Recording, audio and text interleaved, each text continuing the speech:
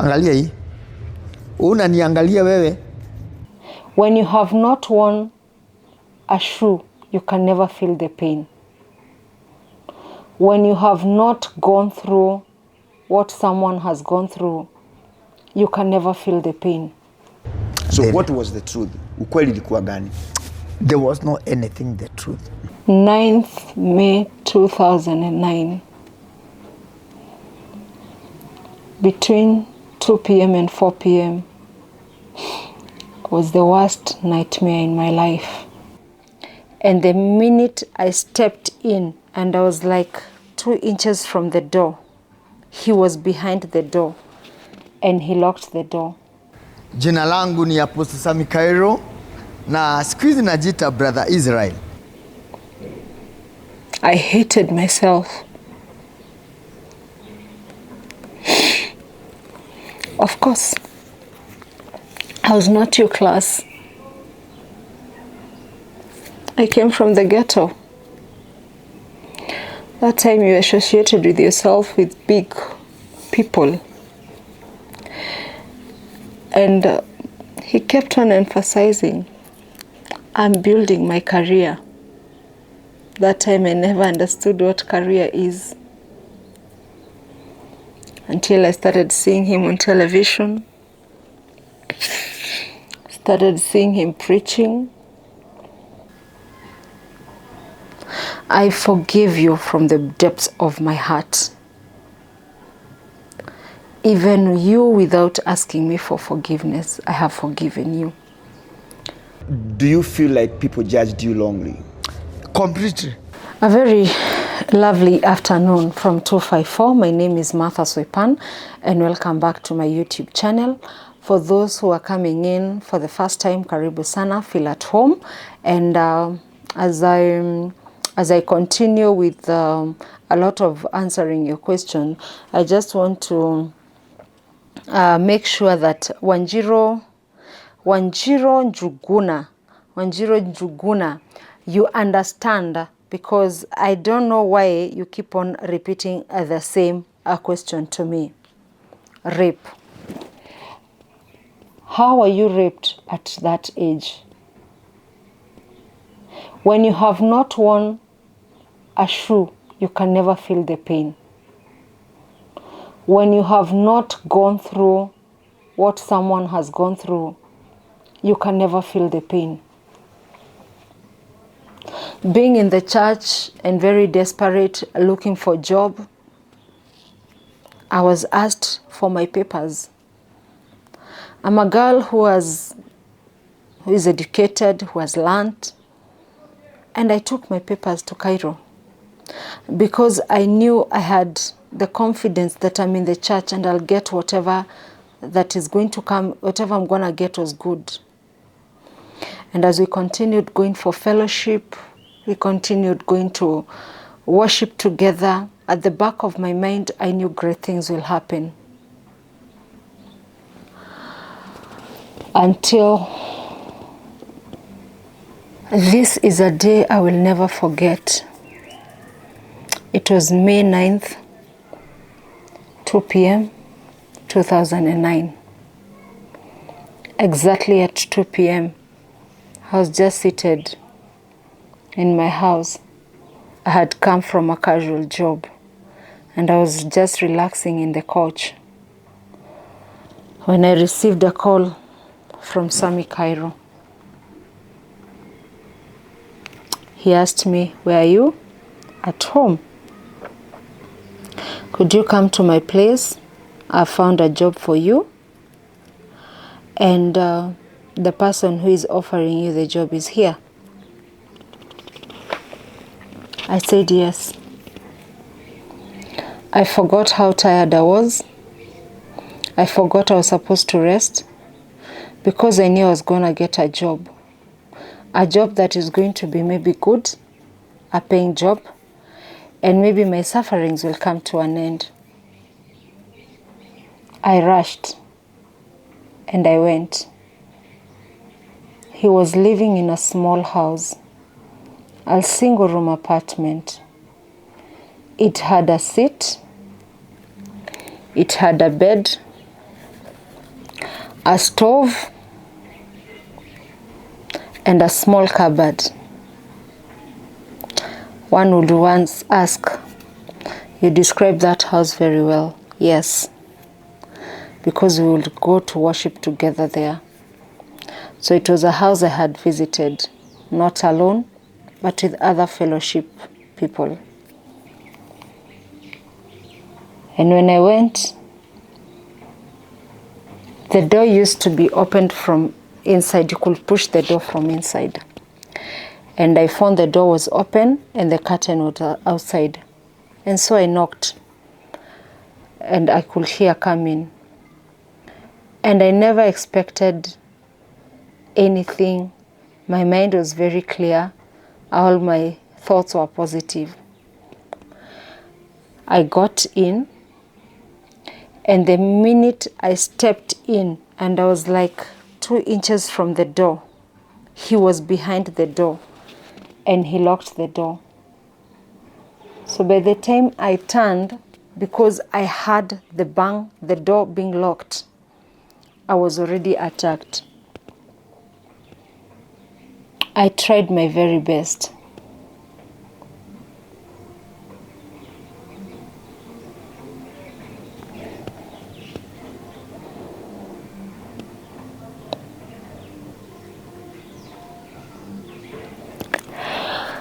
But it was in vain. KAIRU overpowered me. By the time he was done, my clothes were in pieces. I asked him why. Why would you do this? You call yourself a man of God. How do I go home? You've torn my clothes. I'm in a mess. He threw a sheet at me.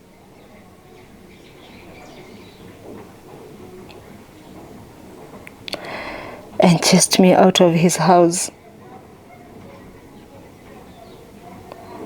I left, and because of my state, I had to take a boda home.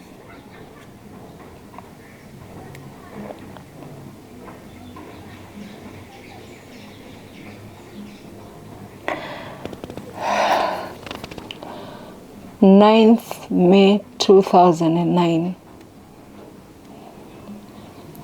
between 2 p.m. and 4 p.m.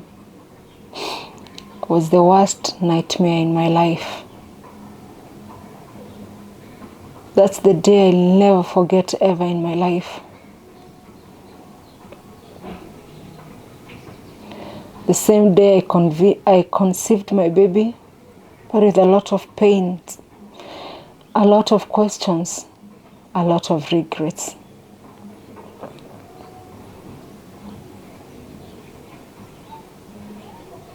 I asked myself so many questions. Even after doing all this, you still stand on the pulpit and preach?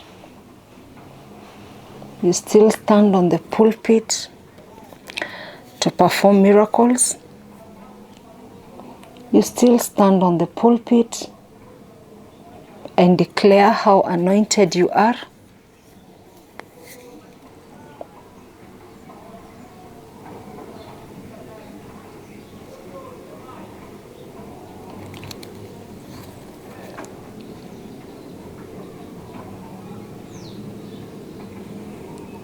This is the day that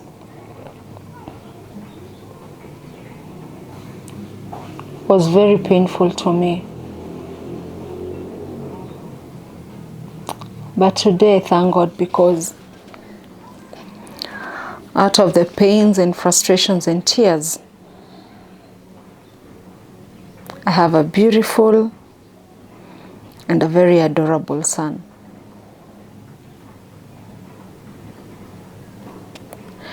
And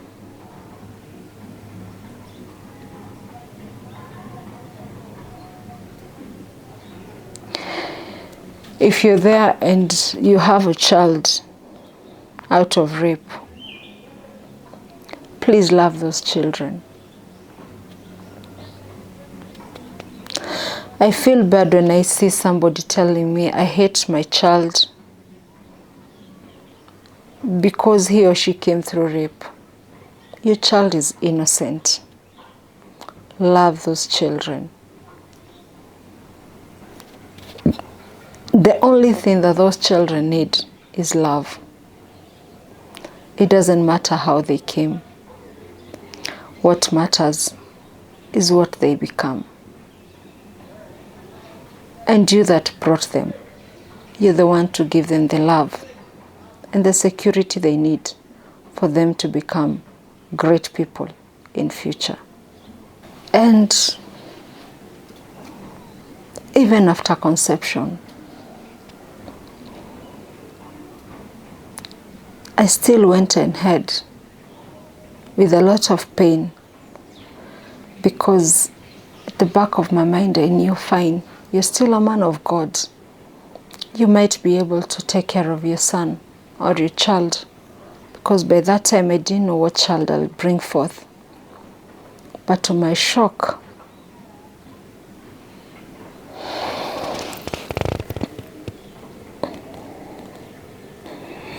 he told me, I cannot recognize that bastard. You need to do an abortion. He even gave me money for abortion. I refused.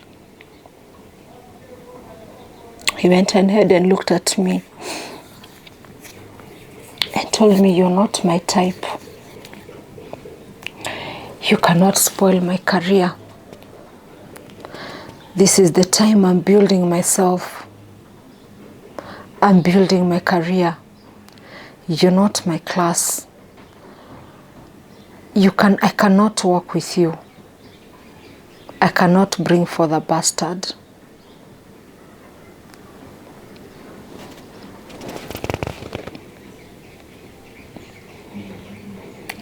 All these words came from a so-called, I'll put that, anointed man of God, preaching to people and telling them I'm anointed, performing miracles. Jina langu ni Apostle SAMMY KAIRU na siku hizi najiita Brother Israel. I hated myself. Of course, I was not your class. I came from the ghetto. That time you associated with yourself with big people. And he kept on emphasizing, I'm building my career. That time I never understood what career is, until I started seeing him on television, started seeing him preaching, performing miracles, him with a big church, not once, not even one church, driving big cars, and I think now I understood. But that didn't stop me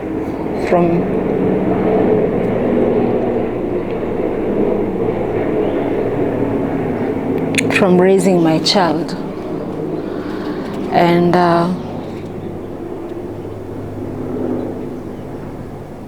it's not easy.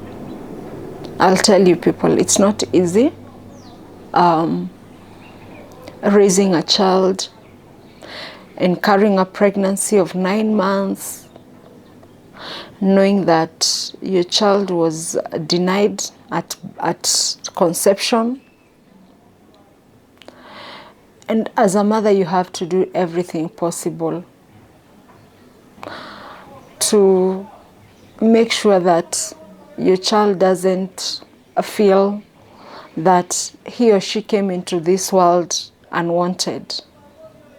And I thank God because through a lot of love and support from you people, the encouraging words you people give me, even from understanding the Bible myself. I decided just to read the Bible for myself, to love myself, to appreciate who I am. It has made me love my son to an extent that even today he doesn't feel like he needs another person to love him more than me. And sexual abuse or rape is not something light. Be it to a woman, be it to a man, it is not something light. There are people who are battling even today depression because of what they went through, and you feel you hate yourself. I won't blame you. I felt the same. I hated myself, seeing the person who has done all this to me is still doing good and I'm suffering. I hated myself. I saw I was not worthy of living. I saw I didn't deserve to be in this world. I felt like I'm a cursed person, like I'm a rejected object. I felt so many things. And it is normal. It is normal. But let me assure you one thing, that at the right time, God turns tables. These are the days that anytime I talk about this day, I feel very low, and I feel like that was the darkest day of my life.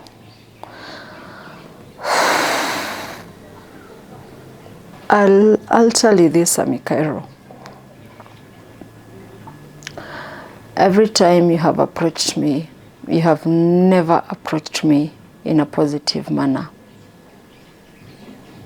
Since day one, you have come with force and frustrations and a lot of negativity. But I'll tell you this,